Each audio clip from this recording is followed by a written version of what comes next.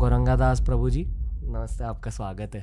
Mental fitness के बारे में आप क्या कहना चाहोगे एक सनातन धर्म के पर्सपेक्टिव से? जो मानसिक पीड़ा लोग अनुभव करते हैं उसका केंद्र ये अहंकार है। तो सनातन धर्म के दृष्टिकोण से हर व्यक्ति को प्रतिदिन एक रियलिटी चेक करना चाहिए।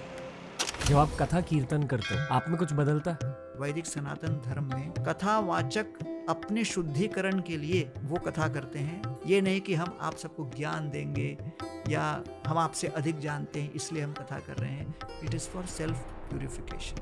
आज के युवा पीढ़ी के लिए मेरा यही संदेश है कि भाई, हमारे समाज में कम लोग क्यों डेथ के बारे में बात करते हैं? मृत्यु की बातें और भी ज्यादा होनी चाहिए। गीता में कृष्ण कहते हैं अंत काले च मामेव स्मरण मुक्त्वा कलेवरम।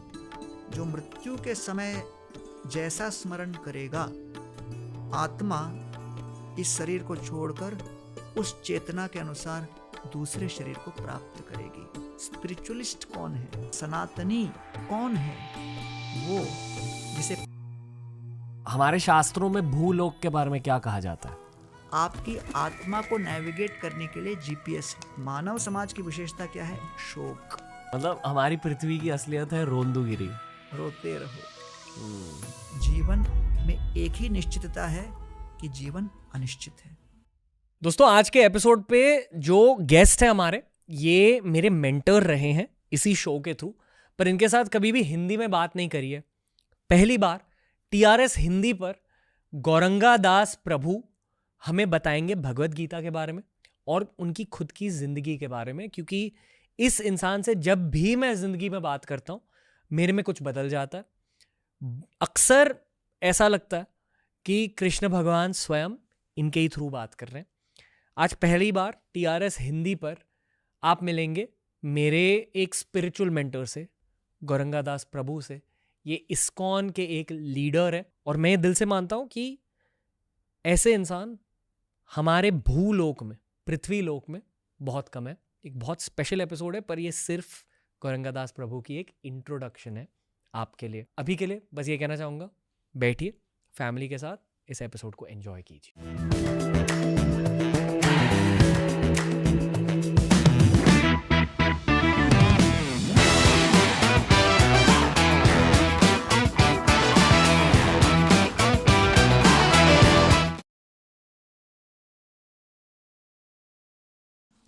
जब मैं आपका नाम हमारे स्केड्यूल पर देखता हूँ बहुत खुशी फील होती है और एक्साइटमेंट फील होती है, पर मुझे पता रहता है कि मैं लाइफ के बारे में कुछ ना कुछ सीख के जाऊँगा। तो गौरंगादास प्रभु जी, नमस्ते, आपका स्वागत है। धन्यवाद धन्यवाद। बहुत बहुत अच्छा काम कर रहे हैं आप। युवाओं को इतनी प्रेरणा दे रहे हैं, ज्ञान दे रहे हैं, दिशा दे रहे हैं। आज के कलयुग में बहुत आवश्यक है। मैंने बिल्कुल ही आपसे बात नहीं करी तो थोड़ी कैचअप भी पॉडकास्ट पे ही कर लेते हैं। हाँ जी। आप कैसे हो? आप कैसे हो? अभी रामायण की 9 दिन की कथा अभी मैंने संपन्न की। नवरात्रि में बहुत समय से इच्छा थी कि श्री रामचंद्र जी के चरित्र को लेकर बालकांड से लेकर युद्धकांड तक कथा करूं। तो गोवर्धन इको विलेज में 9 दिन की कथा, 18 लेक्चर्स हमने उसमें कवर किए, संपूर्ण रामायण। क्योंकि रामचंद्र जी का जीवन सभी लोगों के लिए बहुत ही प्रेरणादायक है, क्योंकि रामचंद्र जी चरित्र का प्रतिनिधित्व करते हैं, लक्ष्मण सेवा भाव का, भरत महाराज सहिष्णुता का, भारवाही जो भार को वहन करें, और शत्रुघ्न नम्रता का, क्योंकि सबसे बड़े शत्रु अहंकार का दमन कर उन्होंने जीवन पर्यंत भरत की सेवा की। भले अयोध्या में बहुत लोग भरत का विरोध कर रहे थे। तो इनके चरित्र को लेकर वास्तव में हम बहुत कुछ सीख सकते हैं। तो मेरे लिए बड़ा प्रेरणा का स्रोत था। तो अभी 2 दिन पहले ही उसको समापन हुआ। जब आप कथा कीर्तन करते हो आप में कुछ बदलता है? बहुत ज़्यादा। भागवत में वर्णन आता है, तथापि कीर्तयामंग यथामति यथाश्रुतम कीर्तिम हरेर स्वाम सत्कर्तुम गिरम अन्याभिदा सतीम। कथा कीर्तन के पीछे मूल लक्ष्य क्या है उसमें बताया है। तो ये मैत्रेय जी बता रहे हैं विदुर को 3 स्कंद भागवत में कि मैं आपको कथा सुना रहा हूँ इसलिए नहीं क्योंकि मैं अपनी वाक्पटुता या बुद्धि इत्यादि आपके सामने प्रस्तुत करना चाह रहा हूँ। वो कहते हैं विदुर को, यथामति यथा श्रुतम, क्योंकि इतने वैदिक शास्त्र हैं, सब तो पढ़ नहीं सकते जी। यथा श्रुतम, तो उसमें से थोड़ा बहुत हमने जो पढ़ा या सुना, अध्ययन किया, फिर उसमें भी सब कुछ याद तो रहता नहीं। यथामति, जो हम उसमें से स्मरण कर पाएँ, याद कर पाएँ, तो वो जब हम कीर्तिम हरेर स्वाम सत्कर्तुम, जब हम भगवान की कीर्ति को वर्णन करते हैं तो कहते हैं गिरम अन्याभिधा असतिम, मेरी वाणी शुद्ध होती है, मेरे कान शुद्ध होते हैं और मेरा चित्त शुद्ध होता है। तो इसलिए ये कथा सुनाने की शैली वैदिक सनातन धर्म में कथावाचक अपने शुद्धिकरण के लिए वो कथा करते हैं, ऐसा मानकर वो चलते हैं। ये नहीं कि हम आप सबको ज्ञान देंगे या हम आपसे अधिक जानते हैं इसलिए हम कथा कर रहे हैं। It is for self purification, अपने शुद्धिकरण के लिए। हाँ, उसके साथ साथ कथा का विषय सुनकर लोगों के अंदर 5 परिवर्तन आते हैं कथा सुनकर। यश्विनतो अपैति अरतिर, इस प्रकार के कथा को सुनने के प्रति जो अरतिर होती है, डिस्टेस्ट होता है, आदत नहीं होती है सब सुनने की। लोगों को अपनी कीर्ति सुनने की अधिक आदत होती है, भगवान की कीर्ति सुनकर कभी कभी नींद आ जाती है, तो नियमित रूप से सुनने पर वो चला जाता है और एक टेस्ट डेवलप होता है, एक स्वाद उत्पन्न होता है, अरतिर। दूसरा वितृष्णा, भिन्न भिन्न प्रकार के जो भौतिक इच्छाएं मन में होती हैं कि हम इसे प्राप्त करें, ये पद प्राप्त करें, वस्तु प्राप्त करें, ये संबंध प्राप्त करें, यश प्राप्त करें, ये सारी इच्छाएं भी, तृष्णाएं दूर होने लगती हैं, क्योंकि हमें लगता है कि अरे हमें अभी जो मिल रहा है वो इससे कहीं ऊंचा है। तीसरा सत्वम च शुद्ध्यति, सत्वगुण का विकास होने लगता है, रजोगुण कम होता है, तमोगुण कम होता है, सत्वगुण बढ़ने लगता है। सत्वगुण का लक्षण क्या है? स्थिरता, शांति, सुख, ये बढ़ने लगता है। चौथा भक्तिम हराओ, हृदय के अंदर भक्ति जागृत होने लगती। भक्ति का अर्थ क्या है? निस्वार्थ सेवा भाव, ये बढ़ने लगता है। और फिर पांचवा पुरुषे च सख्यम, जिनके साथ बैठकर हम श्रवण करते हैं तो वो सभी श्रोतागण एक दूसरे के प्रति अपना स्नेह और प्रेम बढ़ता हुआ अनुभव करेंगे। और हो सकता है दोनों के बीच कुछ अनबन हुई हो या कोई संबंध से कुछ समस्या हुई हो संबंधों में, वो धीरे धीरे पिघलने लगता है। तो ये श्रवण और कीर्तन की महिमा हमारे परंपरा में पहले से है। इन बातों को जब मैं सुनता हूँ तो एक दिल में श्रद्धा फील हो जाती है, पर हिंदी में जब आप बोलते हो तो और भी श्रद्धा होती है सर। वैसे मेरा मदर टंग तमिल है। अच्छा। सो आई एम फ्रॉम पालक्काड इन केरला। अच्छा। हाँ, एंड इनको बोलते हैं पालक्काड अय्यर जी। और फिर मैं बड़ा हुआ भिलाई में, छत्तीसगढ़ में, तो वहाँ पर सब दोस्तों के साथ वहाँ पर हिंदी चलता था, तो इसलिए मैं हिंदी ज़्यादा फ्लुएंट बोलता हूँ। आपसे कभी हिंदी में बात नहीं करी है मैंने, मतलब 3-4 एपिसोड रिकॉर्ड करे हैं, बाहर भी आपसे बहुत सारी बातें करी है, पर आपकी आवाज़ को हिंदी में सुनकर बहुत अच्छा लग रहा है। धन्यवाद। ताकि हमारी ऑडियंस आपकी कहानी को जाने। आपको पता है मैं किस चीज़ के बारे में बात कर रहा हूँ, जहाँ आपकी लाइफ में पूरी तरह से एक बदलाव आ गया, उस मोमेंट के बारे में बात कर रहा हूँ सर। आप ही बता दो, आपको खुद की कहानी की शुरुआत कहाँ से करनी है? आई नो कि आपको जनरली शास्त्रों की विद्या शेयर करनी है लोगों के साथ, पर जो लोग आपसे पहली बार मिल रहे उन्हें आपकी कहानी जाननी चाहिए। नहीं, ज़रूर, अवश्य। वैसे मेरा जन्म वडाला में हुआ। अच्छा। मुझे लगा आपको अच्छा लगेगा सुन के, क्योंकि आपका घर वहीं पे है। जी जी, मतलब हाँ, वाह, ये पता ही नहीं था मुझे। वाह। तो उसके बाद मेरे फादर भिलाई स्टील प्लांट में काम करते थे जी, जो कि छत्तीसगढ़ में। तो वहाँ पर ऑलमोस्ट 12th तक मैं स्टूडेंट था। तो वहाँ पर जो माहौल था पढ़ाई का ही था और सभी लोग उस समय IIT की तैयारी करते थे जी। तो बड़ा होते होते एक कॉलोनी लाइफ है, बड़ा अच्छा शहर है वो Bhilai, it's like a steel town. 50% steel plant है उसमें और 50% टाउनशिप है। ज़्यादा कुछ एक्टिविटी है नहीं, तो जो रिश्तेदार भी आते हैं घूमने के लिए तो हम लोग उनको स्टील प्लांट ही घुमाने ले जाते थे। वाह। तो वैसे कॉस्मोपॉलिटन जगह है, अच्छी फैसिलिटीज़ फॉर एजुकेशन, अस्पताल वगैरह सब जी। तो मेरे जो क्रिकेट टीम में जितने लोग मेरे साथी थे, धीरे धीरे करके सब IIT जाने लगे। हम लोग का बड़ा ग्रुप था और एक 5-7 साल का डिफरेंस में पूरी टीम हमारी होती थी, साथ में खेलते थे शाम को। तो एक एक करके वो लोग IIT जाने लगे, तो फिर हमारे पास भी ज़्यादा चॉइस नहीं था, हमने कहा ये जा रहे हैं हम भी चलते हैं। तो उस समय कोटा का वेव नहीं स्टार्ट हुआ था जी। तो भिलाई में कुछ कोचिंग के लिए एक्सपर्ट कुछ टीचर्स थे, तो वो लोग काफ़ी लोगों को भेज रहे थे, तो हम भी उसमें भर्ती हो गए। और वैसे पूरा शहर इंजीनियर का था, तो फिर आपको पता है 15 लाख इंजीनियर भारत में तैयार होते हैं, तो मैं भी उसमें चला गया। तो IIT बॉम्बे ज्वाइन हुआ। तो IIT बॉम्बे ज्वाइन होने के बाद जो इच्छा थी वो पूरी हो गई, IIT में एंट्री मारना। लेकिन बचपन से ही एक मन में एक प्रश्न हमेशा काटता रहता था कि जीवन का लक्ष्य क्या है। और सबसे अधिक हम देख रहे हैं मृत्यु हो रही है, लोग अपना जीवन समाप्त कर रहे हैं, सब कुछ हो रहा है, लेकिन ये मृत्यु क्या है जी। And is death a solvable problem? जी। क्या मृत्यु एक ऐसी समस्या है जिसका समाधान हो सकता है?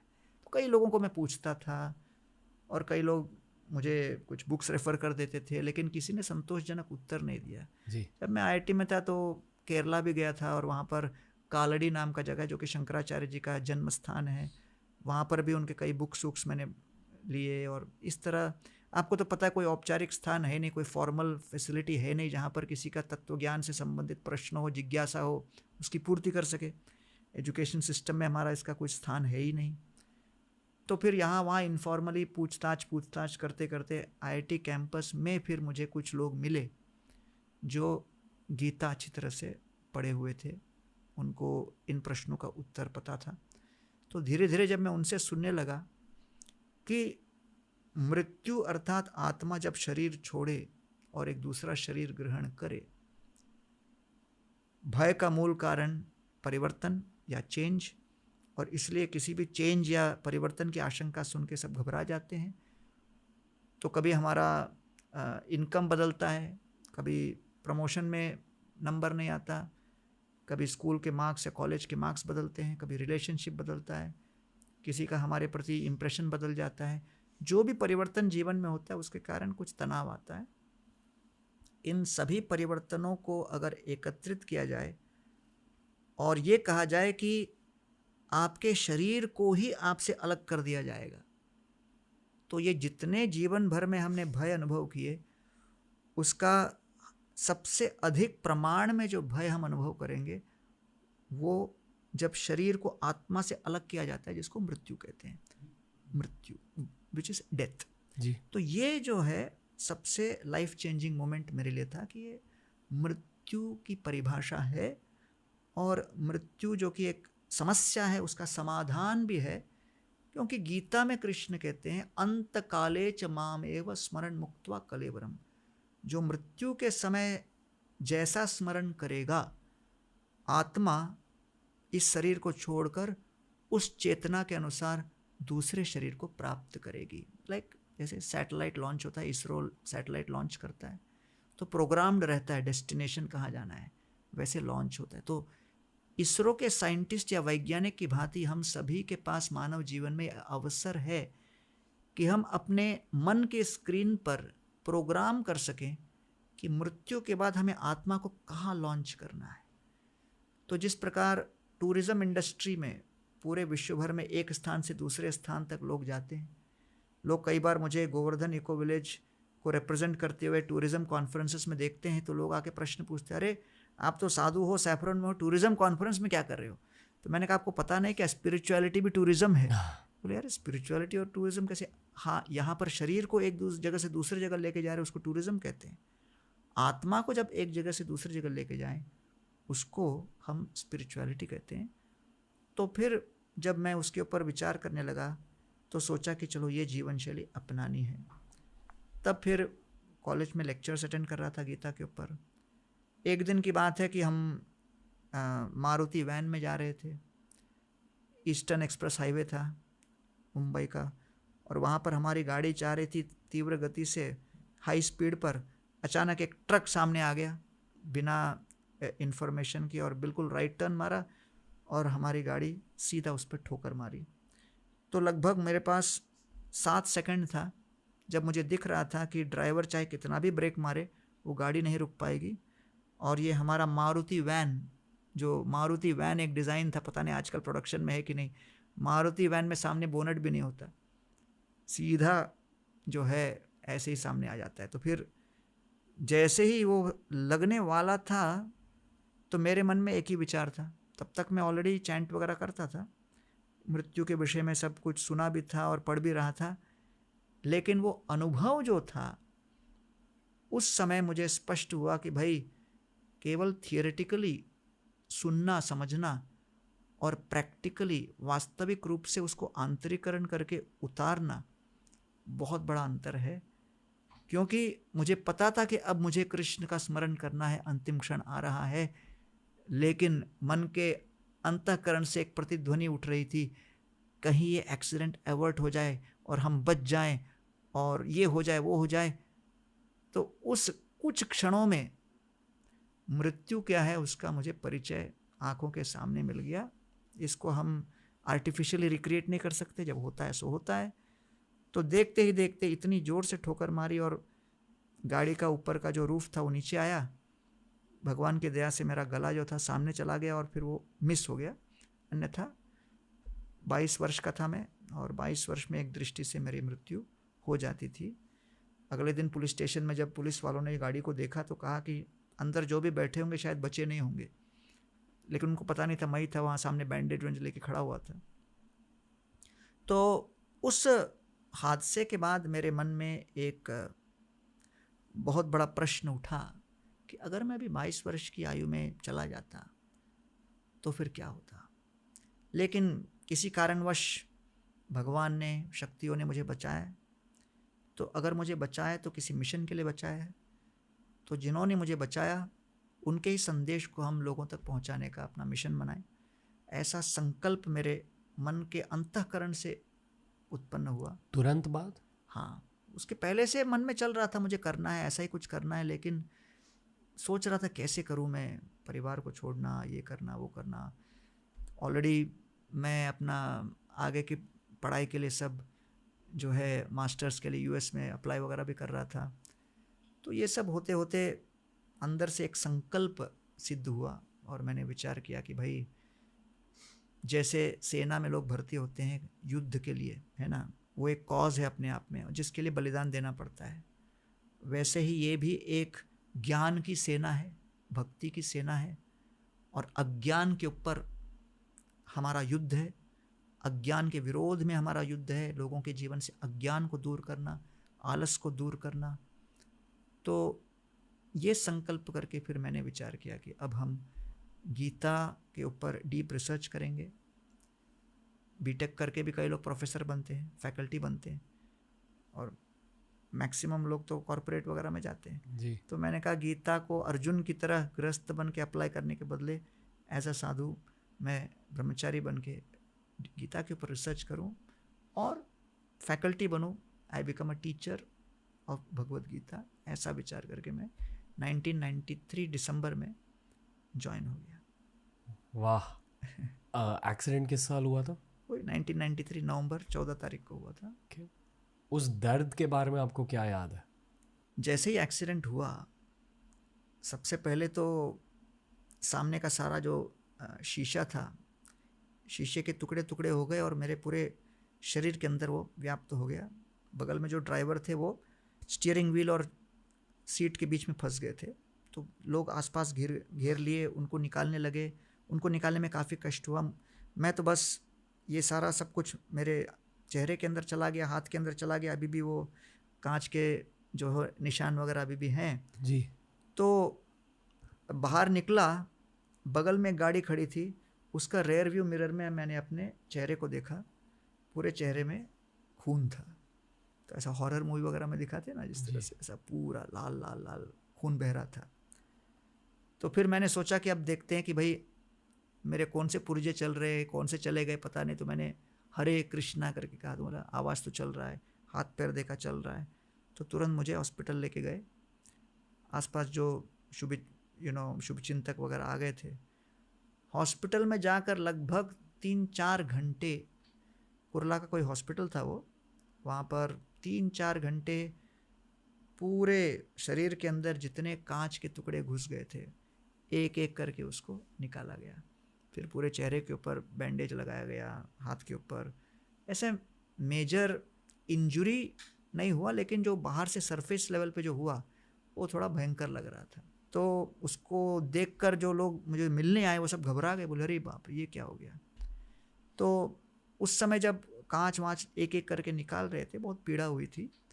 और उसी समय ये मैं सोचने लगा कि भाई भरी जवानी में कभी कोई सोचता नहीं कि मृत्यु के दर्शन होंगे, क्योंकि नॉर्मली सामान्य ज्ञान के अनुसार वृद्धावस्था की परिभाषा होती है कि आप मृत्यु के कितने निकट हो। Old age means how close you are to death. और हर व्यक्ति ऐसा विचार कर लेता है, भ्रांत धारणा है, लेकिन लोक में सामान्य है। लोग सोचते हैं 70, 80, 90 के होंगे तब वृद्धावस्था है, ओल्ड एज है, मृत्यु के निकट। लेकिन आपातकालीन परिस्थिति तो कभी भी आ सकती है। तो इसलिए 22 वर्ष की आयु में मृत्यु के इतने निकट के दर्शन करना मेरे दृढ़ता को, संकल्प को और भगवान के इस ज्ञान को समझने के ऊपर अपने ध्यान को केंद्रित करने के लिए बहुत महत्वपूर्ण लगा।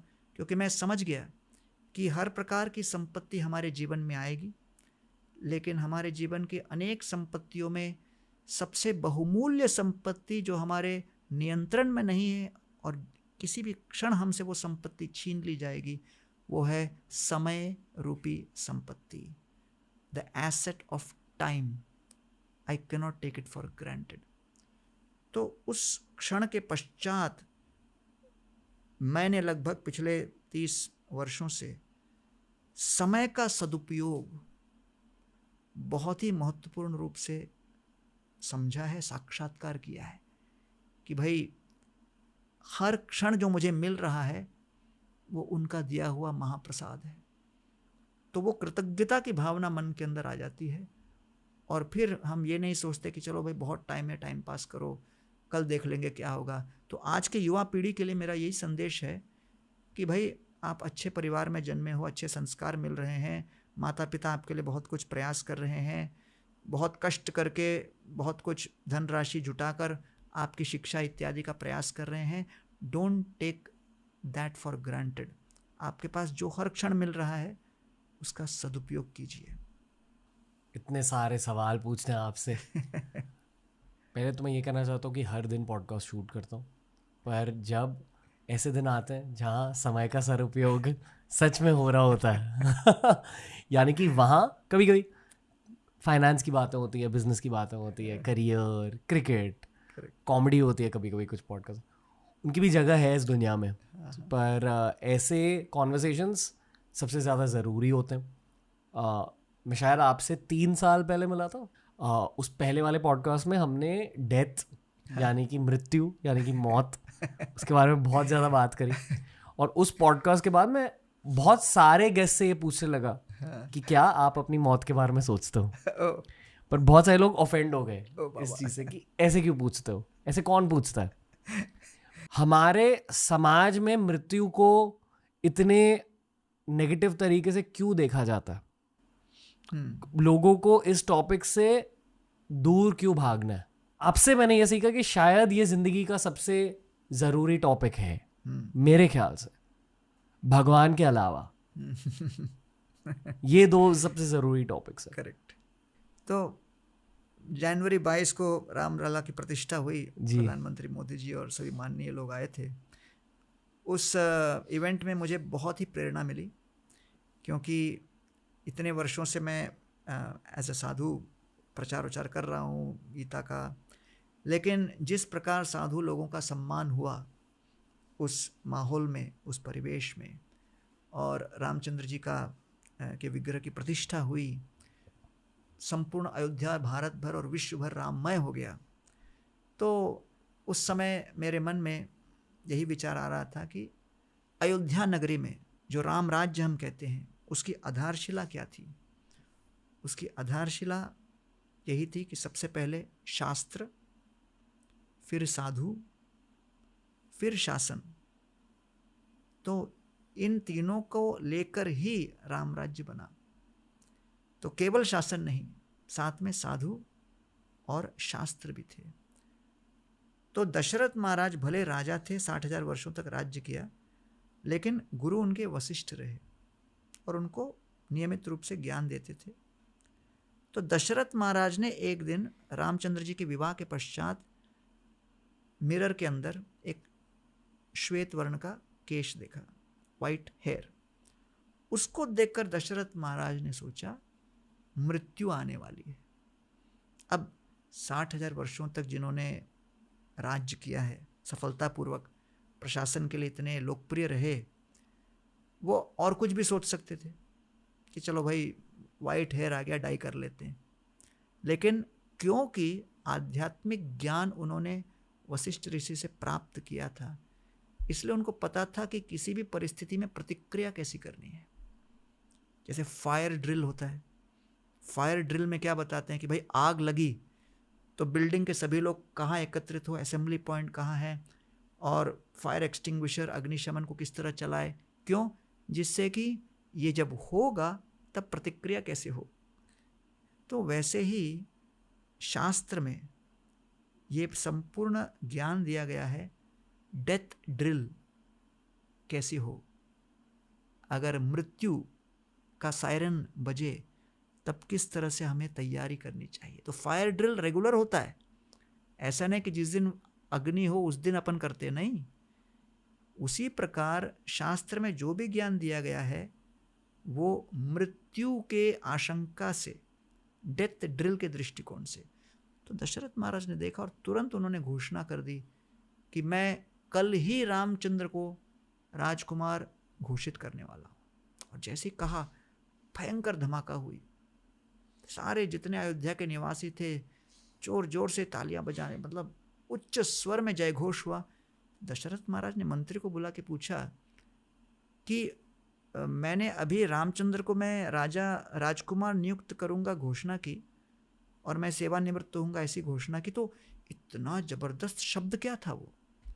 तो मंत्री ने कहा, देखिए सभी यहाँ सभासद जितने उपस्थित हैं सब अपने मन में विचार कर रहे हैं कि दशरथ महाराज ने 60,000 वर्षों में जितने डिसीजन लिए, निर्णय लिए, उसमें ये रिटायर होने का निर्णय उनका नंबर 1 है।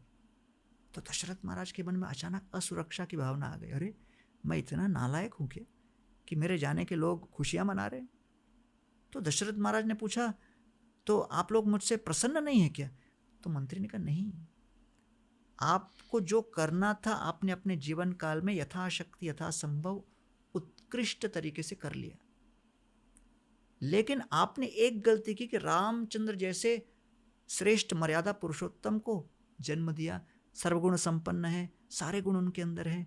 तो रामचंद्र के गुणों को देखकर हम इतने आकर्षित हो गए, इतना लोभ आ गया उनके साथ संबंध स्थापित करने का, कि हम सोच रहे हैं कि अगर आप अभी रिटायर होते हो और जीवन के अंतिम दिनों में अपने वास्तविक लक्ष्य के ऊपर ध्यान केंद्रित करोगे तो वो आपके लिए भी अच्छा होगा और हमारे अयोध्या के लिए भी अच्छा होगा।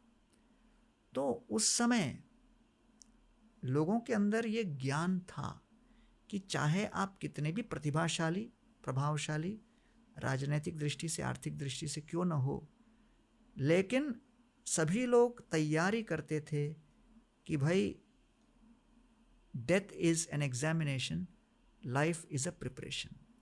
जीवन एक तैयारी है और मृत्यु वास्तविक अंतिम परीक्षा है। तो उसमें राजा महाराजा भी गृहस्थ के बाद वानप्रस्थ, और वानप्रस्थ का अर्थ क्या है? धीरे धीरे हमारे जीवन के संबंधों और हमने जो आइडेंटिटीज तैयार किए हैं, व्यक्तित्व तैयार किए हैं, उससे हम थोड़ा अलग होने लगे। तो दशरथ महाराज के कई व्यक्तित्व थे, कई आइडेंटिटीज थे।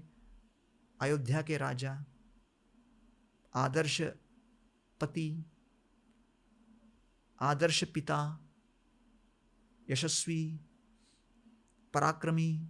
तो ये सब कई आइडेंटिटीज जो है हमारे मन के अंदर इतने निरंतर गूंजते हैं कि हमारे जो सनातन आइडेंटिटी है, सनातन व्यक्तित्व है कि मैं जीव हूँ, ममैवांशो जीवलोके जीवभूत सनातन, मैं सनातन भगवान का एक अंश हूँ। सनातन भगवान और सनातन जीवात्मा के बीच सनातन सेवा का संबंध है, और उस सनातन सेवा को संबंध स्थापित करना ही मनुष्य जीवन का मूल लक्ष्य है। उस संबंध को स्थापित करने को ही कहते हैं सनातन धर्म।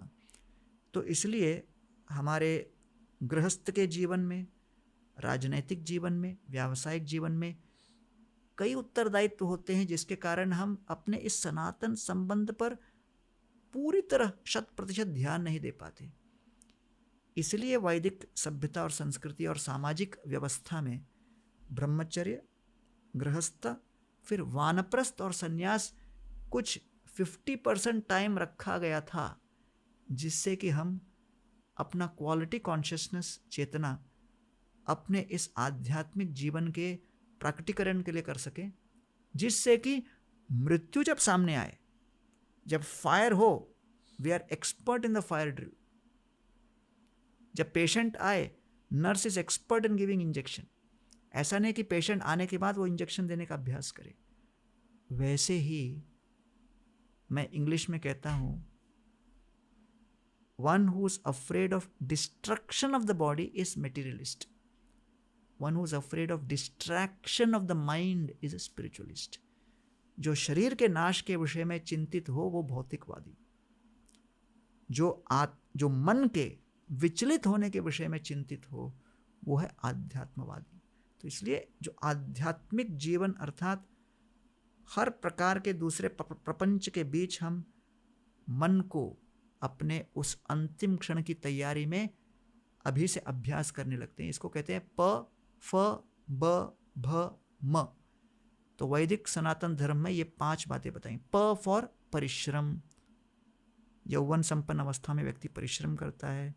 फ अर्थात फेन, केवल परिश्रम ही करते रहें गधे की तरह, मानव जीवन का लक्ष्य न सोचे, पशु के समान ही प्रयास करें, तो फेन निकलता रहता है, चिंता चलती रहती है। कोई पूछता है इतना परिश्रम क्यों कर रहे हो? सुख के लिए, लेकिन सुख है क्या? नहीं। तीसरा ब अर्थात हम देखते हैं व्यर्थता, कि हम इतना प्रयास करने पर भी जैसा हम अनुमान लगा रहे हैं वैसे परिणाम नहीं निकल रहा। हम देखते हैं कई संबंध स्खलित हो जाते हैं, कई हमारे सपने चूर्ण हो जाते हैं। तो व्यर्थता अर्थात जैसी हम आशा करते हैं, अपेक्षा करते हैं, वास्तविकता कुछ और निकलती है, तो लगने लगता है ये सब क्यों व्यर्थ है। फिर धीरे धीरे जब जरा आने लगती है तो भ अर्थात भय, मन में भय उत्पन्न होने लगता है कि अरे सब कुछ चला जाएगा, जिन इंद्रियों से शरीर से मैं भोग कर रहा था वो यंत्र मुझसे छीन लिया जाएगा, तब मैं क्या करूंगा। तो परिश्रम प, फेन फ, व्यर्थता ब, भ भय और म, प फ ब भ म मृत्यु। तो उस मृत्यु को पहले से ही परिभाषित किया गया है। तो अर्वाचीन मानव समाज में क्योंकि वैदिक सनातन धर्म के ज्ञान को लोगों तक नहीं पहुंचाया जा रहा था अब तक, लेकिन मैं सरकार को बधाई दूंगा कि न्यू एजुकेशन पॉलिसी NEP 2020 के अंतर्गत इंडियन नॉलेज सिस्टम IKS को प्राथमिकता दी जा रही है और उसको भी सिस्टम के अंतर्गत कहीं ना कहीं जोड़ा जा रहा है। तो ये युवा पीढ़ी के लिए और बच्चों के लिए और पेरेंट्स के लिए बहुत ही सकारात्मक समाचार है। It's a very good news, जिससे कि जिस आयु में उन लोगों को इस बात की जानकारी होनी चाहिए, जिनके बारे में उनको एक अवेयरनेस होना चाहिए, वो होगा। तो इसलिए अगर रामराज्य से लेकर आप वैदिक सभ्यता संस्कृति के हर पहलू को, हर राजा महाराजा को देखो। भागवत सुना गया परीक्षित महाराज को। परीक्षित कौन? अर्जुन के ग्रैंडसन, पौत्र, अभिमन्यु के पुत्र। माँ के गर्भ में भगवान श्री कृष्ण को देखा जब अश्वत्थामा ने ब्रह्मास्त्र चलाया उत्तरा के ऊपर, वो परीक्षित को मारने के लिए था, लेकिन कृष्ण उस समय अंदर प्रकट हुए। अंगुष्टम मात्रम अमलम स्फुरट पुरट मौलिनम, एक अंगूठी के आकार के कृष्ण प्रकट होकर उन्होंने ब्रह्मास्त्र का दमन किया और फिर परीक्षित को पुनर्जीवित किया। परीक्षित का जन्म हुआ तो उनका एक नाम था विष्णुराट, तस्मात् नामना विष्णुराट इति लोके भविष्यति, कि ये विष्णुराट के रूप में प्रसिद्ध होंगे। विष्णुराट अर्थात जिन्हें भगवान श्री विष्णु ने गर्भस्थ अवस्था में रक्षा दी। न संदेहो महाभाग महाभागवतो महान। कोई इसमें दो राय नहीं कि महाभाग हैं और महाभागवत हैं। तो किसी के मन में विचार आएगा कि जिस व्यक्ति को भगवान ने माँ के गर्भ में रक्षण दिया, पूरे जीवन भर संरक्षण देंगे।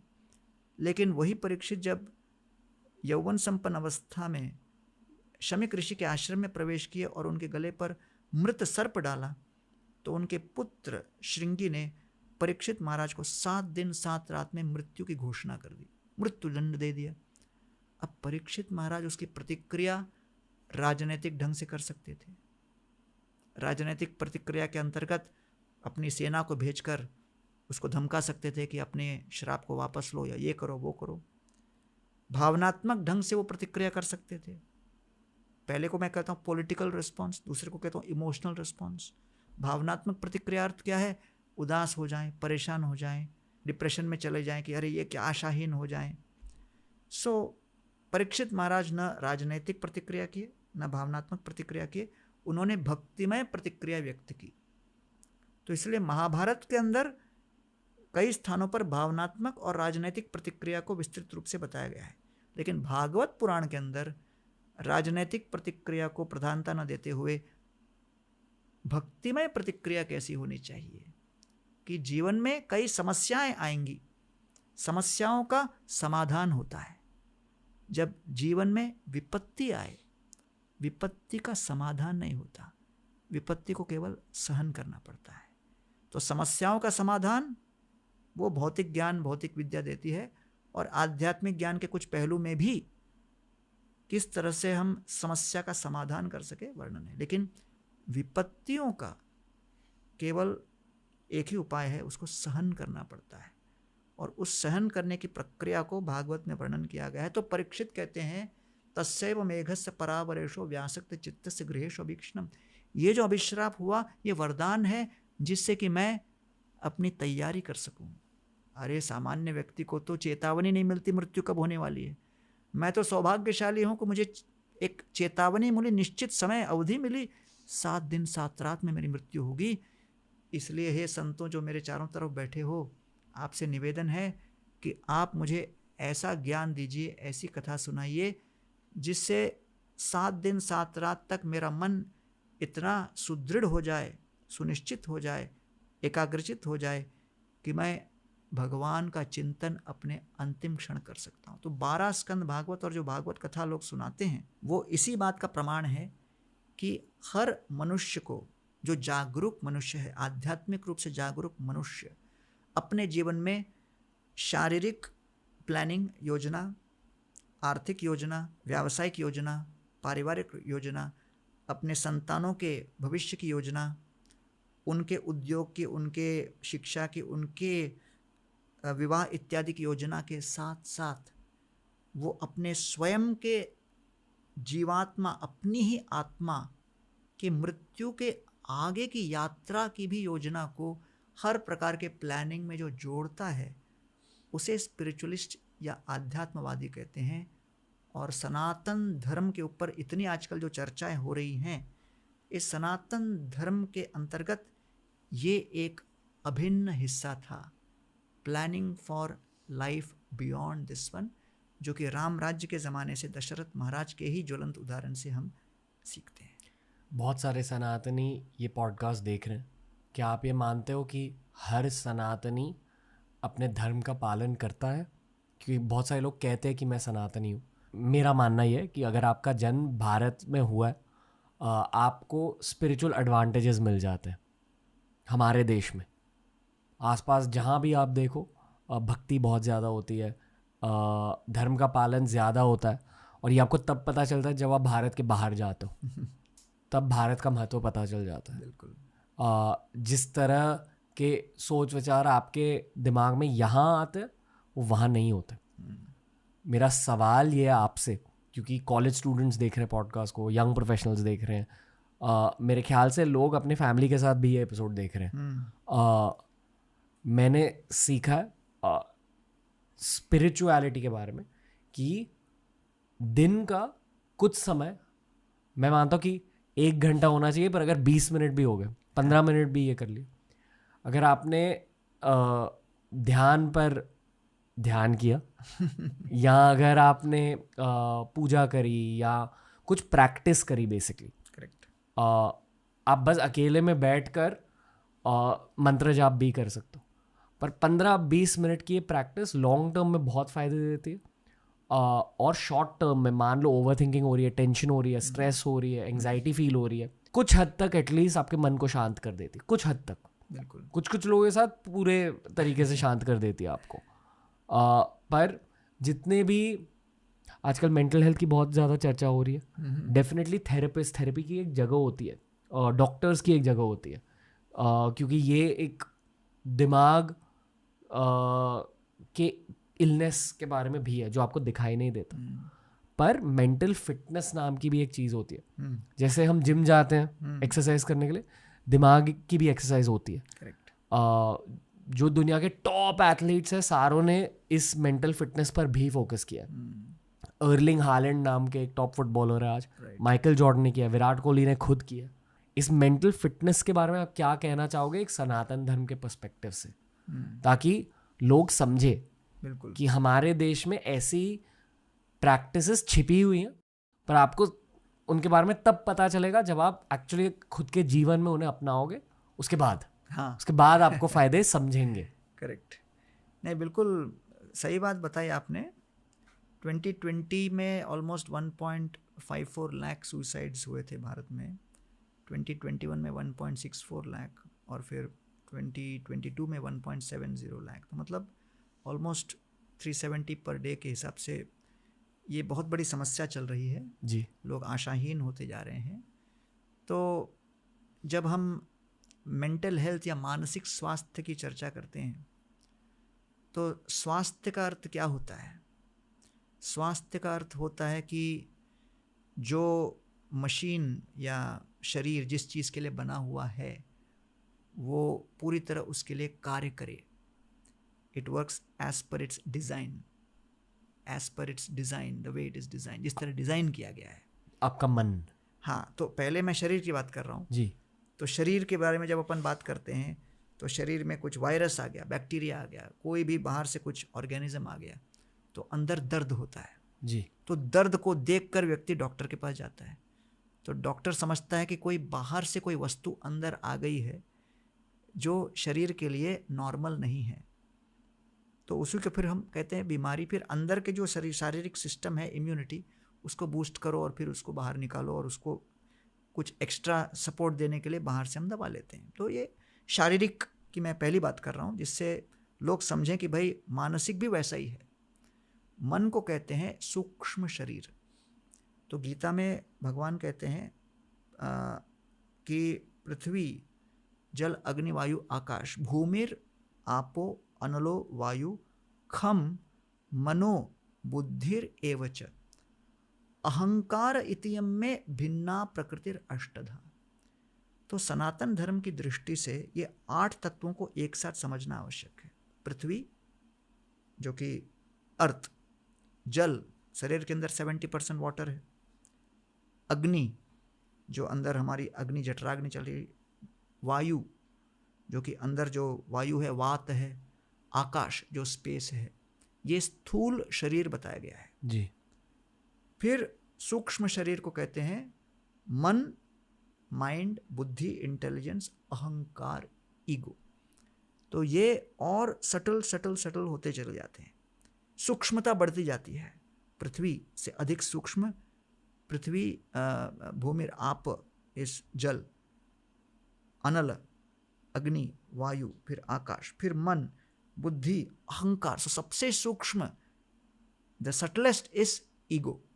ऊपर के 5 जिनको आपने नेम किया वो फिजिकल बॉडी है, वो फिजिकल बॉडी, और ये जिसे इंग्लिश में कहते हैं एस्ट्रल बॉडी। हाँ, सटल बॉडी। अभी इसे हिंदी में और आसानी से कैसे समझाएं? हाँ, इसको सूक्ष्म शरीर कहते हैं, सटल बॉडी कहते हैं, या हिंदी में इसको कह सकते हैं कि मन, बुद्धि और अहंकार स्वरूप देह जी, जो आत्मा को लेके चलता है जी। व्हीकल या कहते हैं ना वाहन, आत्मा का वाहन। अगर आप लोगों ने डॉक्टर स्ट्रेंज देखी है, उसमें एस्ट्रल बॉडी दिखाई जाती है। यानी कि for lack of a better word, अगर मूवीज में किसी का भूत दिखाया जाता है वो एस्ट्रल बॉडी होती है. सॉरी सर, ऐसा एग्जाम्पल दिया. आप उसके बारे में बात कर रहे हैं. फिजिकल बॉडी के डेथ के बाद करेक्ट, फिर आपकी एस्ट्रल बॉडी होती है. करेक्ट, अभी बताइए. परफेक्ट. तो ये सूक्ष्म शरीर जो है, इसमें मन, बुद्धि और अहंकार है. इसमें सबसे प्रधान है अहंकार. तो जो मानसिक पीड़ा लोग अनुभव करते हैं उसका केंद्र ये अहंकार है. अहंकार का शब्द क्या है? अहंकृति मकारस्यात् न कार तन्निषेधक तस्मात् तो नमसा क्षेत्री स्वातंत्र्यम प्रतिषिध्यते. भारत में विशेष रूप से जो हिंदू हैं वो नियमित रूप से पूजा पाठ यज्ञ वगैरह में बैठते हैं, और जब पुजारी या पुरोहित मंत्र जब बोलता है तो कहते हैं नमः कृष्णाय नमः विष्णवे नमः. तो नमः शब्द भारत में बहुत लोगों ने सुना है, रेगुलर हमारे पूजाओं में होती है. तो ये नमः शब्द की परिभाषा दी गई है. अहंकृति मकारस्यात् न कार तन्निषेधक. तो म जो है, नमः में जो म है वो अहंकार का प्रतीक है. अहंकार अर्थात मैं ये हूं और ये मेरा है. मैं मैनेजर हूं, ये मेरा कैबिन है, ये मेरा स्टाफ है, ये मेरा बजट है, ये मेरा इन्फ्लुएंस है, अधिकार है. तो जैसे मैं अपने एक मित्र के पास गया था जिसका हार्ट अटैक हो गया था. तो मैंने कहा हार्ट अटैक क्यों हो गया? तो उसने कहा प्रमोशन होने वाला था, मैं एक्सपेक्ट कर रहा था कि मैं अगले लेवल पे जाऊंगा, लेकिन मेरे से जूनियर लेवल वाले को मेरा बॉस बना दिया गया. तो मैंने कहा ठीक है, पगार तो बंद नहीं किया ना. अरे पगार बंद नहीं किया, लेकिन पैसे ही थोड़ी सब कुछ हैं. मेरी आइडेंटिटी का क्या होगा, व्यक्तित्व का क्या होगा? तो इसलिए जब लोगों की अपनी आइडेंटिटी बनती है, उपाधियां कहते हैं जिसको, जब इन उपाधियों में हमारी अनुमति के बिना अचानक तात्कालिक क्रांति हो, हमारी अपेक्षा के विपरीत कुछ परिवर्तन हो, वो बहुत ज़्यादा हमको अफेक्ट करता है. तो कई कई उपाधियां हम बांध के रखते हैं, ये अहंकार से प्रेरित होकर, है कि नहीं? जैसे उस समय की बात है कि IIT दिल्ली के डायरेक्टर थे डॉक्टर डोगरा. तो उनके पास एक महिला गई अपने पिताजी और बेटे को लेके, और जाकर कहने लगी कि भाई IIT दिल्ली में हमारे बेटे का दाखिला करा दो. तो उन्होंने नंबर देखे, एकेडमिक रिकॉर्ड देखा, बोला कि IIT दिल्ली में मुश्किल है, लेकिन इनका हम इंग्लैंड में कहीं करा देंगे. अपने रेफरेंस से, मेरे मित्र हैं उनको. तो अब वो जो महिला थी बहुत अवाक रह गई कि भाई हम इनको निवेदन करें और कहते हैं कि नहीं हो सकता. तो वो महिला कौन थी? वो थी इंदिरा गांधी, और वो उनके पिता थे जवाहरलाल नेहरू, और राजीव गांधी के एडमिशन के लिए वो गए थे IIT दिल्ली में. उस समय की बात है, बुक्स में छपा हुआ है. तो IITian होना आज की तारीख में भी एक उपाधि है, और बहुत सी युवा पीढ़ी प्रयास करती रहती है कि हम IIT में प्रवेश करेंगे, और जब नहीं हो पाता तो उनकी उपाधि जो अपेक्षित होती है पूरी नहीं हो पाती, तो बहुत ज़्यादा भ्रमित हो जाते हैं कि मैं कौन हूँ, क्या हूँ, क्राइसिस में चले. वैसे UPSC की तैयारी करते हुए 10 लाख लोग स्टार्ट करते हैं, लेकिन अंत में तो 100 लोग ही बनेंगे.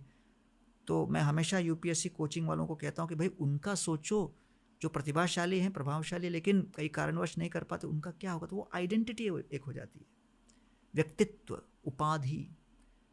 तो जब अचानक हमारी उपाधि बदलती है तो वो हमारी अपेक्षाओं से कुछ अलग कुछ होता है, तब वो हम पर असर करता है. आजकल युवा पीढ़ी में मैं देखता हूँ कई युवा मेरे पास आते हैं, बोलते हैं हमारा रिलेशनशिप ब्रेकडाउन हो गया है ना, संबंध जो थे अचानक टूट गए, और बहुत पीड़ा हो रही है. क्यों? क्योंकि वो एक हमारी आइडेंटिटी, व्यक्तित्व बन जाता है. ये हमसे जुड़े हुए, हम इनसे जुड़े हुए, अचानक जब टूटता है तब एक वैक्यूम आ जाता है, एक खालीपन आ जाता है. तो इसलिए यहाँ पर सनातन धर्म के दृष्टिकोण से बताया गया है कि हमारी ये सब बदलती हुई कई उपाधियां होंगी, लेकिन जीवात्मा होने के नाते हम लोगों को विचार करना है कि मैं भगवान का एक नित्य अंश हूँ, दास हूँ, अर्थात मैं सनातन हूँ। इसलिए रामायण में रामचंद्र जी का राज्याभिषेक होने के एक दिन पूर्व या जिस दिन होने वाला था उस दिन उनको समाचार दिया गया, आपको वनवास में जाना है। अब सोचिए, मैं राजकुमार हूं, एक उपाधि हो गई। अचानक अब मैं वनवास में हूं, वल्कल वस्त्र धारण करके, जटाजूट धारण करके, निर्धन होकर केवल कंदमूल के ऊपर जीने वाला हूं अगले 14 वर्ष। तो रामायण क्या दर्शा रहा है कि हमारी उपाधियां काल के प्रभाव से, दैवी इच्छा से क्षण भर में बदल सकती है। अचानक लग रहा है संपत्ति बढ़ती जा रही है, अचानक विपत्ति आ जाए, है कि नहीं? तो मैं ये हमेशा एक शहर में, उत्तर भारत में, मैं एक डायरेक्टर जनरल ऑफ पुलिस थे, उनके घर में लेक्चर दे रहा था गीता के ऊपर।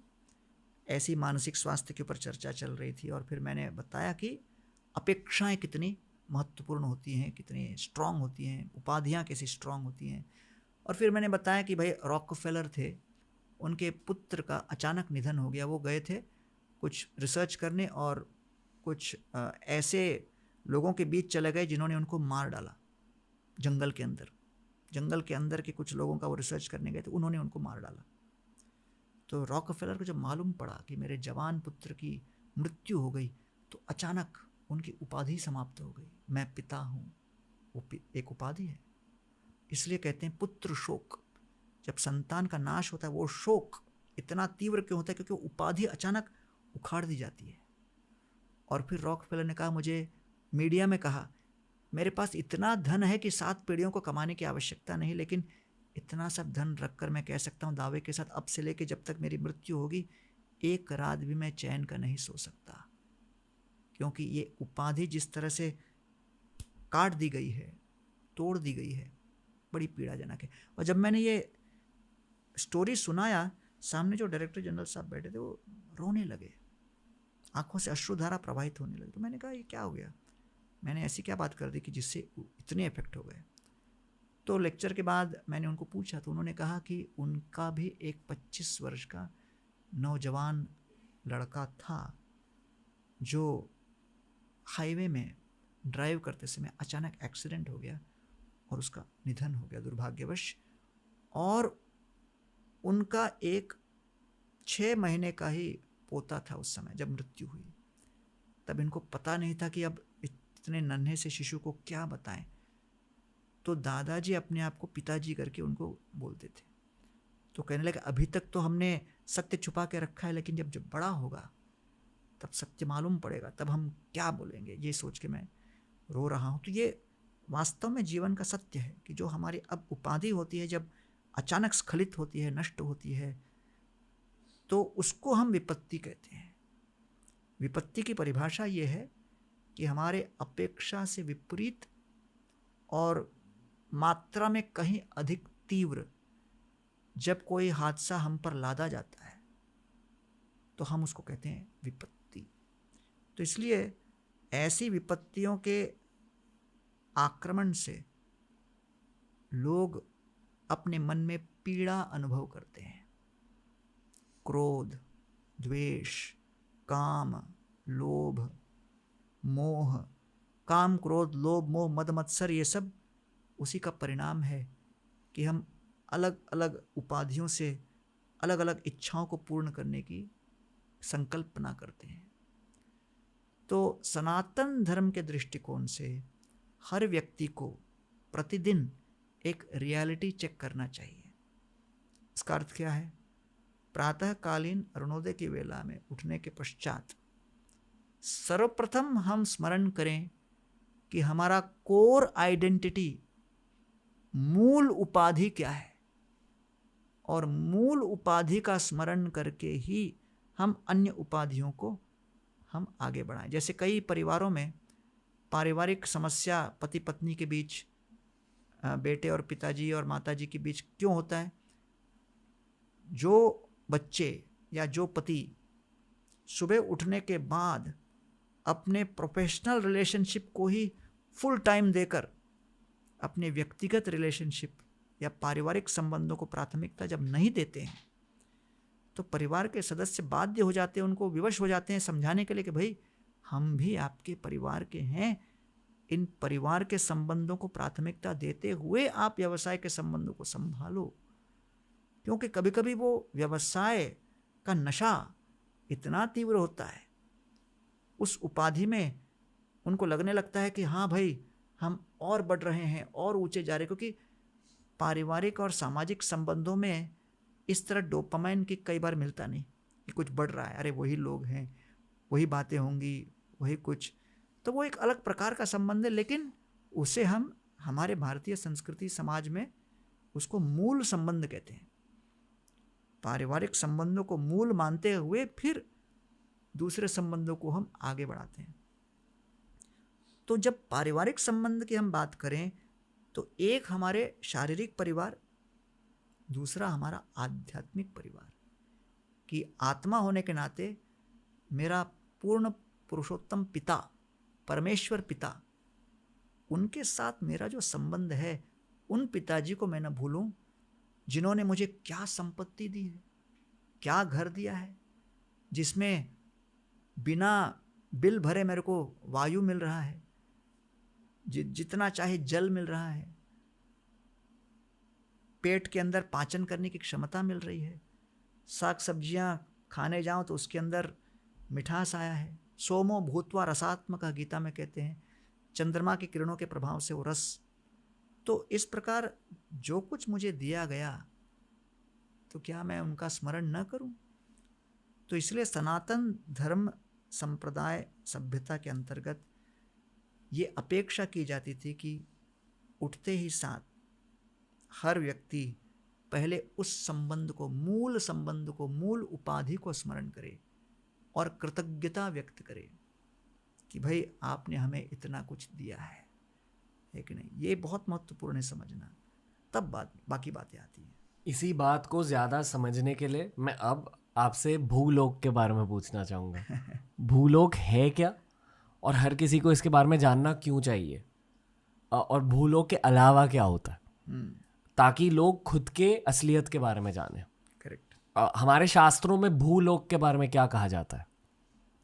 तो भू भुव स्व मह जन तप सत्य और पाताल अतल वितल सुतल, इस तरह से 7 और 7 14 लोक हैं।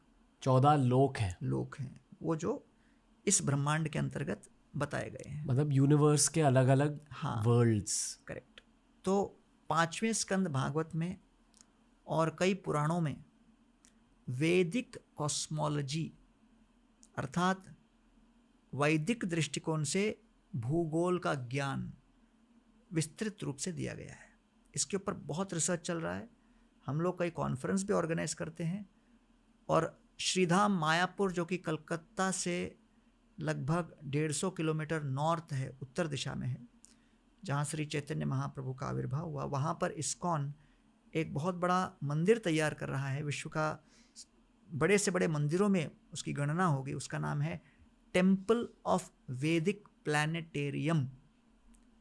बड़ा ही अद्भुत मंदिर है ये, क्योंकि जब आप मंदिर के हॉल में प्रवेश करोगे, 1 एकड़ का हॉल है, और उस हॉल के अंतर्गत जब आप भगवान को फेस करोगे तो भगवान से प्रार्थना करोगे, और जब ऊपर देखोगे सीलिंग की तरफ, तो सीलिंग में ये 14 लोकों का पूरा वर्णन दिया गया है एग्जीबिशन के रूप में। क्यों?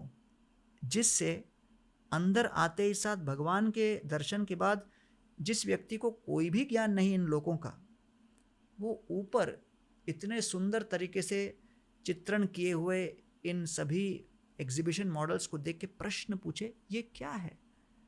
तब फिर हम उनको ज्ञान दे सके कि भाई ये आपकी आत्मा को नेविगेट करने के लिए जीपीएस है। वाह। मैं यहाँ हूँ और मुझे यहाँ से यहाँ यहाँ यहाँ और यहाँ यहाँ यहाँ और उसके बियॉन्ड वहाँ जाने के लिए अलग अलग चॉइसेस दिए गए हैं। तो ये भूलोक जो है कल्पायुषात स्थान जयात पुनर्भवात क्षणायुषात भारत भू जयो वरम। भागवत वर्णन करता है कि भाई देवलोक में सबसे बड़ी प्रॉब्लम क्या है? भोग। पशु योनि में और नरक लोकों में सबसे बड़ी समस्या क्या है? भय। ऊपर भोग, नीचे भय। तो इतना अधिक जब भोग होता है और इतना अधिक जब भय होता है तो मन चिंतन नहीं कर पाता, चिंता में रहता है। लेकिन मानव समाज को इस तरह बनाया गया है भूलोक में, जिससे कि न अधिक पीड़ा और न अधिक भय, न अधिक भोग न अधिक भय, तो बीच का है संतुलित। तो इसलिए मानव समाज की विशेषता क्या है? शोक। Humans means lamentation. अरे ये नहीं मिला, वो नहीं मिला, ये मिला लेकिन अपेक्षा के अनुसार नहीं था, ये मिला अपेक्षा के अनुसार था लेकिन छीन लिया गया। तो निरंतर मनुष्य शोक में रहता है। कंपैरिजन? शोक मीन्स लैमेंटेशन, लेमेंटिंग। अरे ये नहीं हुआ, वो नहीं हुआ, ये क्यों नहीं हुआ, वो क्यों नहीं हुआ। रोंदूगिरी। बिल्कुल आपने सही कहा। मतलब हमारी पृथ्वी की असलियत है रोंदूगिरी। रोते रहो।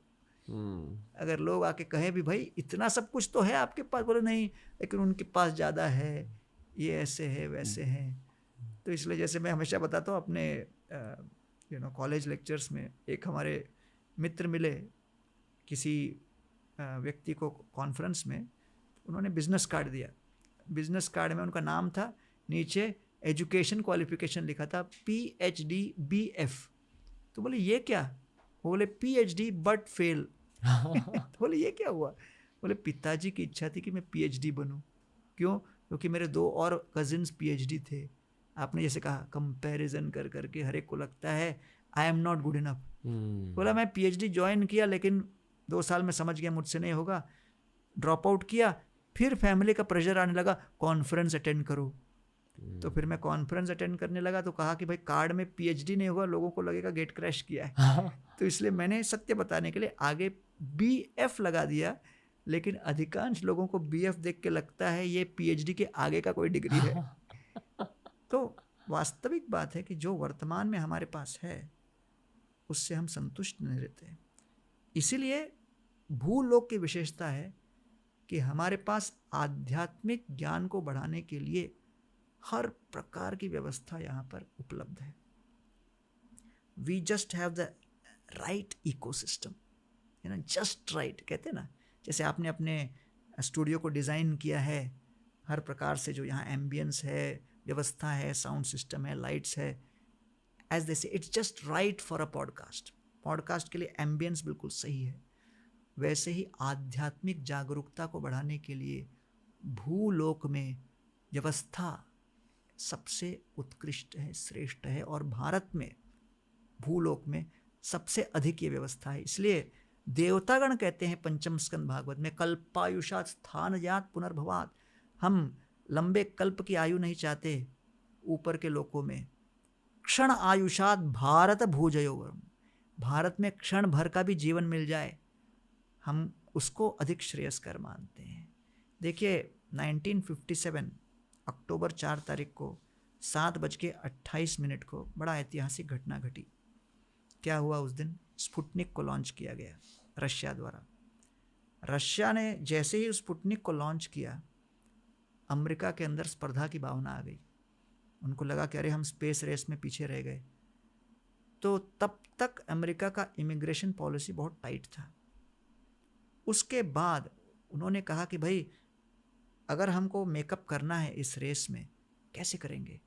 जब तक विश्व की सारी बुद्धिमान लोग यहाँ पर नहीं आएंगे हम डायरेक्ट मेकअप नहीं कर पाएंगे। तो उन्होंने इमिग्रेशन पॉलिसी परिवर्तित किया, और जब परिवर्तित किया तो देखिए अमेरिका का नेटिव लैंग्वेज इंग्लिश है, और जिसी कारणवश भारत में भी इंग्लिश बहुत प्रचलित है, तो हायर एजुकेशन इंग्लिश में होता है। पॉलिटिकली उस समय 60s में इंडिया रशिया के साथ अलाइंड था, US के साथ नहीं। लेकिन फिर भी क्योंकि इमिग्रेशन पॉलिसी में एक विंडो खुला, भारतीय लोग अमेरिका में जाने लगे, बसने लगे, और आज लगभग जो है $40 बिलियन का सेविंग्स एनआरआईज कर रहे हैं। करीब पूरे विश्व भर में 2.5 करोड़ भारतीय अलग अलग स्थानों पर हैं। तो अब वो जब बाहर जाने लगे, वो भी अपने संस्कार को मिस करने लगे, और धीरे धीरे जहाँ जहाँ वो गए, अभी हिंदू मंदिर बनने लगे हैं, सत्संग होने लगे हैं। और जब प्रभुपाद ने इस्कॉन की स्थापना की 1966 में, उसके बाद अब इस्कॉन के भक्त लोग भी विश्व भर में सनातन धर्म का प्रचार प्रसार आरंभ किए हैं। इसके माध्यम से लोगों की जागरूकता बढ़ रही है कि भाई भूलोक में मनुष्य योनि प्राप्त करना बहुत ही रेयर है, अतिशय दुर्लभ है। दुर्लभो मानवो देहो, मानव देह प्राप्त करना दुर्लभ है। देहिनाम क्षण भंगुर, उसमें लंबी आयु प्राप्त करना और दुर्लभ है। तत्रापि दुर्लभम मन्ये, सबसे अधिक दुर्लभ क्या है? वैकुंठ प्रिय दर्शनम, ऐसे लोगों का संग मिलना जो आपको मानव जीवन का महत्व बता सकें, आध्यात्मिक ज्ञान में मार्गदर्शन कर सके, ऐसा सत्संग मिलना बहुत दुर्लभ है, महत्वपूर्ण है। इसलिए भारत में जो युवा, राम मंदिर के उद्घाटन के बाद विशेष रूप से मैं देख रहा हूँ कि हजारों हजारों की संख्या में युवा पीढ़ी आजकल मंदिरों में जा रही है, जो कि बहुत महत्वपूर्ण है। लेकिन आपने जैसे बिल्कुल ज़बरदस्त बात बताई कुछ देर पहले कि युवाओं को चाहिए कि न केवल वो मंदिरों में जाकर प्रणाम करे, मंदिरों में जाना अर्थात हॉस्पिटल में डॉक्टर को जाके मिलना, लेकिन हॉस्पिटल में जाकर डॉक्टर को मैं प्रणाम करूँ, बोले डॉक्टर प्रणाम, good evening, hi how are you, nice day, और बोल के आ जाऊँ, तो फिर मेरा शारीरिक रोग तो जाएगा नहीं। पेशेंट और डॉक्टर के बीच सबसे महत्वपूर्ण जो आदान प्रदान क्या है?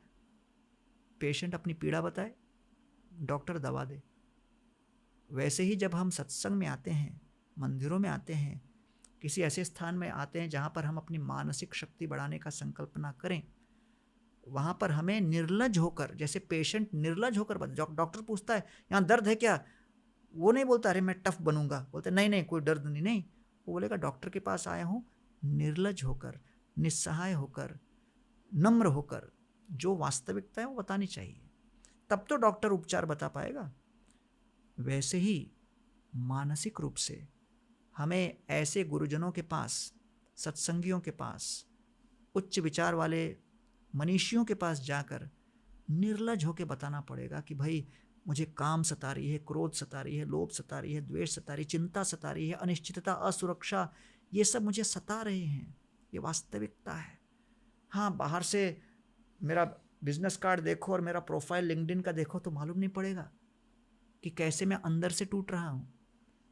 लेकिन जब तक हम ऐसे लोगों के सामने उन्हें डॉक्टर के रूप में स्वीकार करके अपनी आंतरिक दुर्व्यवस्था को व्यक्त नहीं करेंगे, वो भी आपका उपचार नहीं दे सकते, दवा नहीं दे सकते। तो इसलिए वो दवा जो मानसिक रूप से सनातन धर्म पद्धति में हमें स्थायी बनाती है, उसको कहते हैं मंत्र। मनस त्रायते इति मंत्र, जो मन को पीड़ाओं से मुक्त करे वो है मंत्र। जो मन के अंदर अहंकार ने विभिन्न प्रकार के उपाधियां तैयार की हैं, उन सभी उपाधियों के जंजीरों को जो काटे वो है मंत्र। और फिर आपका ध्यान केंद्रित करे कि हरे कृष्णा, अर्थात मैं कृष्ण का नित्य दास हूँ, श्री राम जयम, अर्थात मैं रामचंद्र जी का नित्य दास हूँ। इस प्रकार का जो संबंध भगवान के साथ जो स्थापित करे, वो अनुभव लोगों को लेना आवश्यक है।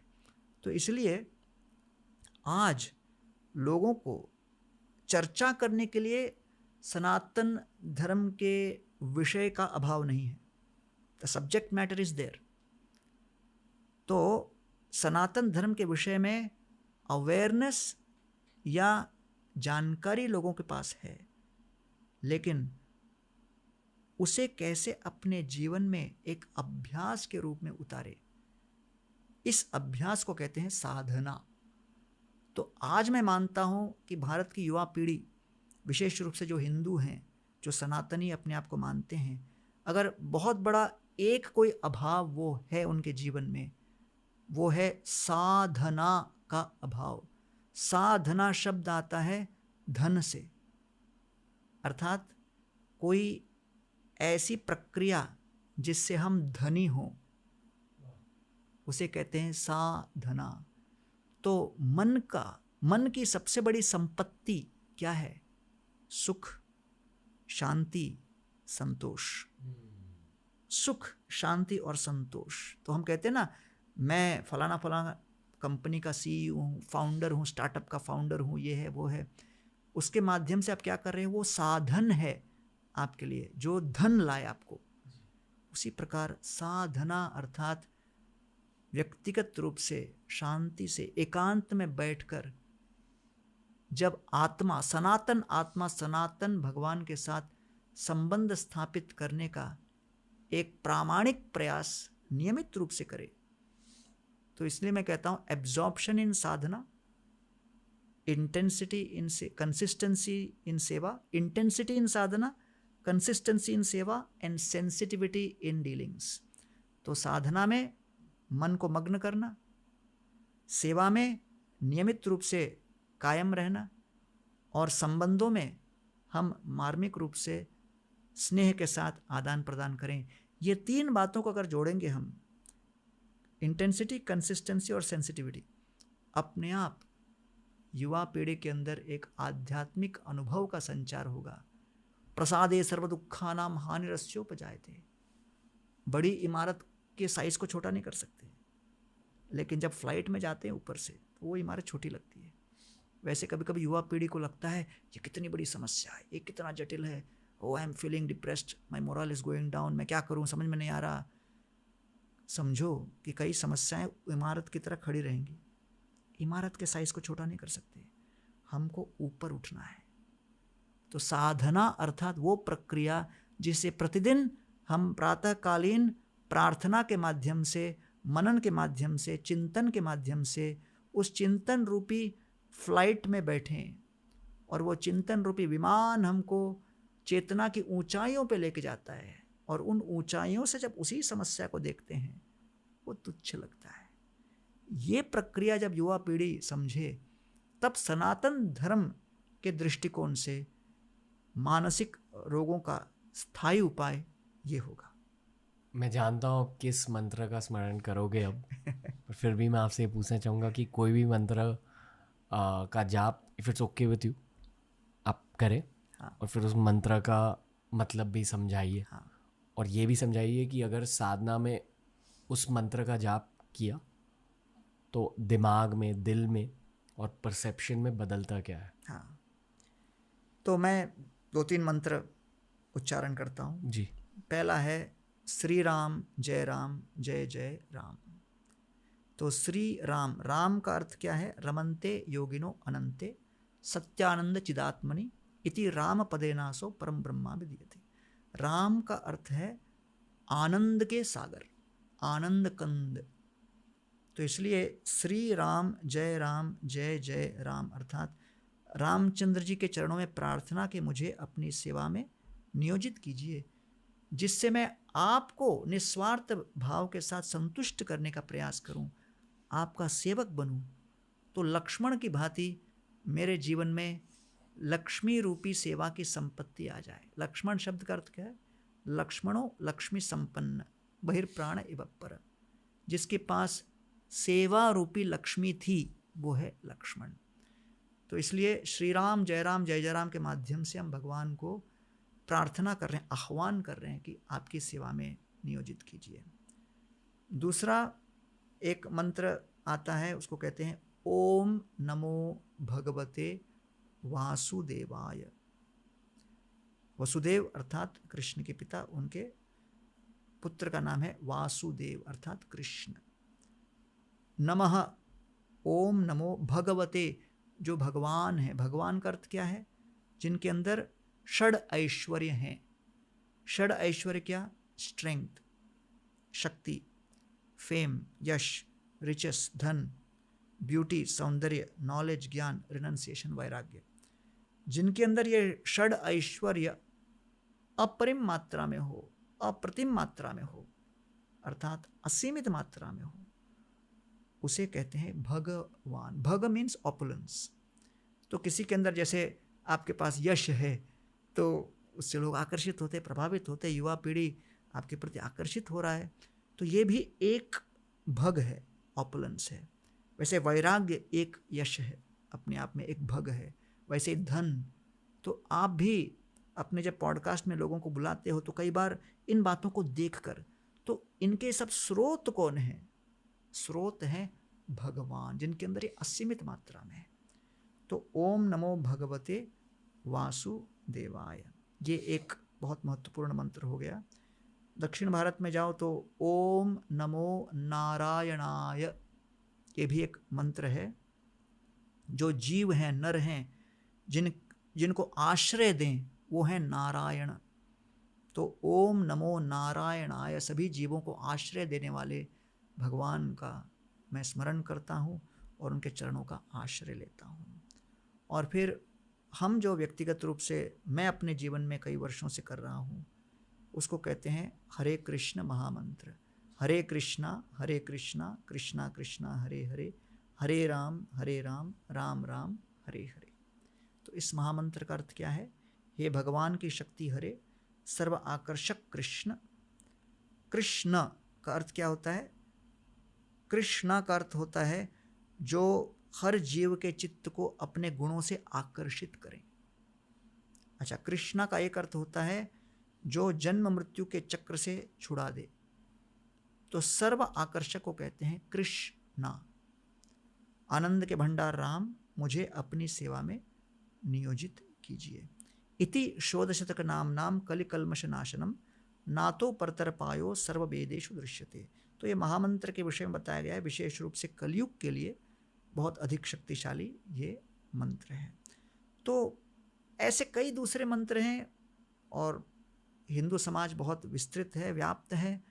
तो हर एक व्यक्ति इसके ऊपर विचार करे, विशेष रूप से युवा पीढ़ी, कि भाई मेरे पूरे दिन भर में इतने परिवर्तन होने वाले हैं, अब मुझे पता है दिन में परिवर्तन होने वाला है, तो उसकी तैयारी करनी चाहिए ना। जब काल था, बाहर जाना था, मुझे पता है जैसे ही बाहर निकलूंगा लोग रहेंगे तो वायरस का आक्रमण होगा, तो उस वायरस के आक्रमण से अपने आप को बचाने के लिए हम तैयारी करके जाते थे, मास्क पहनते थे, ये करते थे, वो करते थे, वैक्सीन लगा लेते थे। जब अग्निशमन वाले को पता है जलता हुआ बिल्डिंग है, उसमें मुझे प्रवेश करना है, तो कोई अनाड़ी थोड़ी घुसेगा। जिसने प्रशिक्षण लिया है कि कैसे उस अग्नि के साथ झेलें, उसे कैसे बंद करें, कैसे अग्निशमन यंत्रों का प्रयोग करें, प्रशिक्षण के साथ, तैयारी के साथ वो प्रवेश करता है।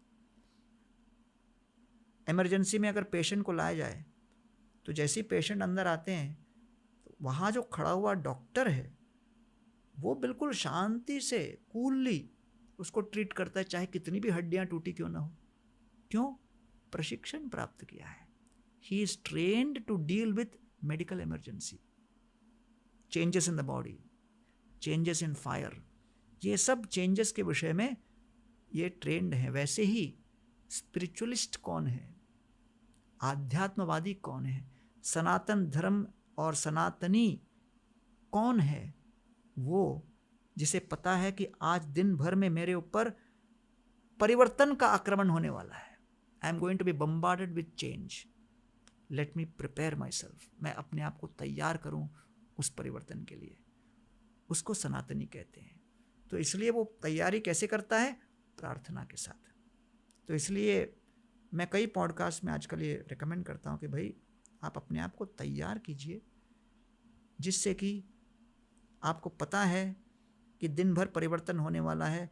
आप अपने मन को सशक्त बना के जाइए। तो आजकल जो मेरा एक फेवरेट स्टेटमेंट ये है कि prayer is the vaccine against the virus of change. प्रार्थना वो हमारे मानसिक शक्ति को बढ़ाने के लिए एक मन के ऊपर कवच है कि दिन में सर्वप्रथम मेरी उपाधि क्या है? मैं सनातन ईश्वर का सेवक हूँ। वो एक बार सेट कर लिया, फिर दिन में आपकी ये उपाधि बदल जाए, ये उपाधि बदल जाए, वो उपाधि, इसको गीता में कहते हैं स्थित प्रज्ञ। तो इसलिए भारत में भगवत गीता इतनी प्रचलित क्यों है? क्योंकि हर एक व्यक्ति को मानव जीवन में स्थित प्रज्ञ बनने की शैली और उसका प्रशिक्षण और उसका ज्ञान उसमें दिया गया। इसलिए प्रधानमंत्री मोदी भी जाते हैं विश्व भर में, अलग अलग जितने प्रधानमंत्री राष्ट्रपतियों को मिलते हैं, भगवत गीता भेंट स्वरूप उनको देते हैं। तो ये गीता क्या है? It is preparing you to remain unaffected, calm, composed, in equilibrium in the midst of unlimited change। कितना भी परिवर्तन हो, आपकी मानसिक स्थिति बदलेगी नहीं। इसी को स्थित प्रज्ञ कहते हैं। इसलिए मैं युवा पीढ़ी को विशेष रूप से रेकमेंड करता हूँ। जैसे मुझे याद है मेडिकल का हॉस्टल में मैं प्रोग्राम के लिए गया था, 1990s की बात है, और कोई हमारे भक्त ने किसी एक युवा को निमंत्रण दिया कि भाई आप आइए, गीता के ऊपर लेक्चर है। वो कहता है अरे आज ही रिजल्ट आया और रिजल्ट में मेरे टॉप नंबर आए और डांडिया का सीजन चल रहा, मैं जाके नाचूंगा और मेरा तो जिंदगी पड़ा है आगे, ये सब गीता वीता अपन सुन लेंगे। वो गया और उस डांडिया के पहले उसने पता नहीं क्या खाया था पिया था, जो भी, जबरदस्त हृदय का दौरा हुआ और दुर्भाग्यवश उनका देहांत हो गया एट द एज ऑफ 22। तो उस समय उनके सब जितने मित्रगण थे उनको बड़ा धक्का लगा। बोले अरे हमको लगता था कि जवानी मतलब तो चलता ही रहेगा, तैयारी बाद में कर लेंगे। लेकिन जीवन में एक ही निश्चितता है कि जीवन अनिश्चित है। इसलिए आप जो ये प्रश्न लेके आए कि युवा पीढ़ी को मानसिक शक्ति बढ़ाने के लिए व्यक्तिगत रूप से क्या करना चाहिए, दिन प्रतिदिन मिनिमम 10 से 15 मिनट चिंतन, मनन, ध्यान, जप, प्रार्थना, जो भी आप नाम देना चाहो, लेकिन उसे अपने जीवन में उतारना अनिवार्य है।